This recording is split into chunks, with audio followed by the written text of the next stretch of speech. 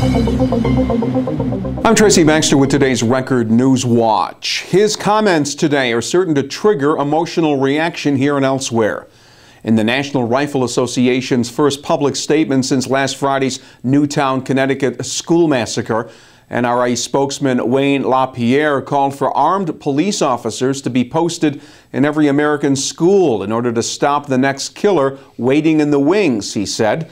LaPierre, who was frequently interrupted by gun control advocates, said the students in Newtown might have been better protected had officials at Sandy Hook Elementary School been armed, saying that gun-free school zones identified by signs, quote, tell every insane killer in America that schools are the safest place to effect maximum mayhem with minimum risk, end quote. Now keep clicking here at Record Online for local reaction to the NRA statement.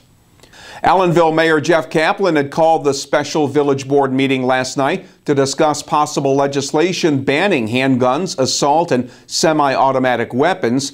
What he didn't hear was a public outcry for some type of weapons ban.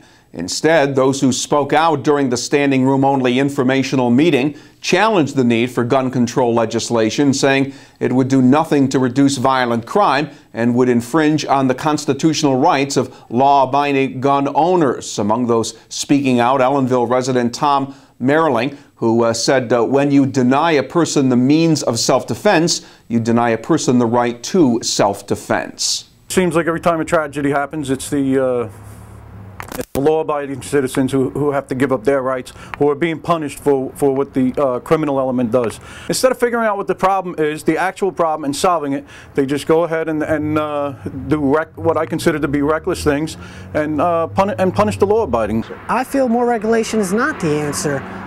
Definitely not. I think better safety, better training, better awareness of where our children's minds are at would do much better than banning a gun. If somebody wants a gun, whether it's banned or not, they're going to get a gun. Bans on guns is not the answer. Some of those speaking out blamed a variety of social ills for tragedies like Newtown, including drug use, poor parenting, inadequate mental health screenings, and violent video games. Mayor Kaplan defended his decision to call the meeting, saying the gun control issue demands discussion and legislation needs to be seriously considered.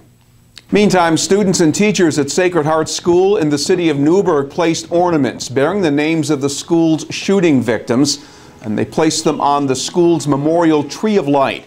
As part of a mass this morning, the memorial tree will stay lit throughout the holiday season. This week, students and teachers at Sacred Heart wore green and white ribbons in memory of those lost. And shortly after 9 this morning, 26 children rang bells in the lobby of the Sullivan County Government Center in Monticello as part of an observance for the 26 children and adults killed at that time 1 week ago. Heavy rain overnight and early this morning had motorists navigating some flooded out roadways during the morning commute. And once the rain ended, colder temperatures began moving in. We'll take a look at the forecast for the weekend in a couple of minutes. Well, no one is thrilled with it, but Sullivan County legislators have adopted a 2013 county budget that features a tax levy increase below double digits. Following hours of closed-door meetings that included some last-minute cutting, legislators adopted a budget that will raise the levy by 8.9%. A tentative budget proposed earlier had included a 13.8% tax levy increase. The finalized budget included 11th hour cuts to several agencies, including the Boys and Girls Club, Cornell Cooperative Extension, and Sullivan ARC. 3 legislators voted against budget passage, including a Democrat Cindy Geiger, who said county residents deserved better. Counties of Ulster and Dutchess have joined forces in an attempt to save some money. The one-year experiment, announced jointly by Ulster County Executive Michael Hine and Dutchess County Executive Mark Molinaro, involves the sharing of county services provided in certain public defender cases. Ulster County expects to save about $175,000 next year, Dutchess around $125,000. If their respective legislatures sign off on the shared services arrangement that will allow for representation of defendants in each other's county when their own public defender's office has a conflict of interest. The pilot program would cover county courts, the city of Kingston and Poughkeepsie courts, and the town of Ulster court.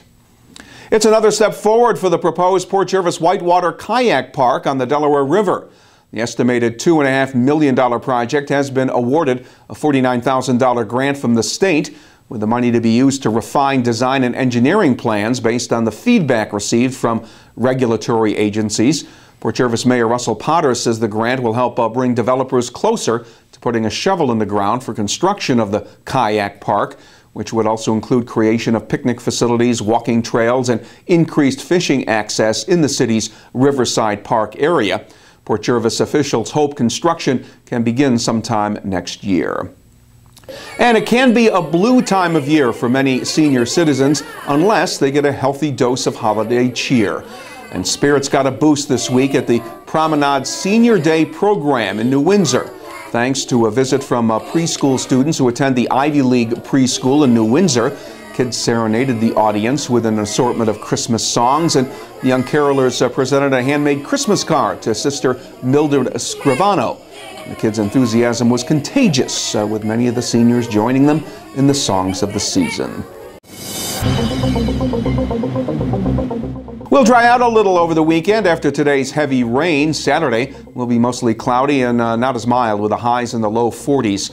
Sunday will be partly cloudy and a bit cooler, with temperatures not expected to go any higher than the upper 30s. Stay connected to breaking news all weekend long right here at Record Online. And get all the news and features you enjoy in the weekend editions of the Times-Herald Record. For Record Newswatch, I'm Tracy Baxter.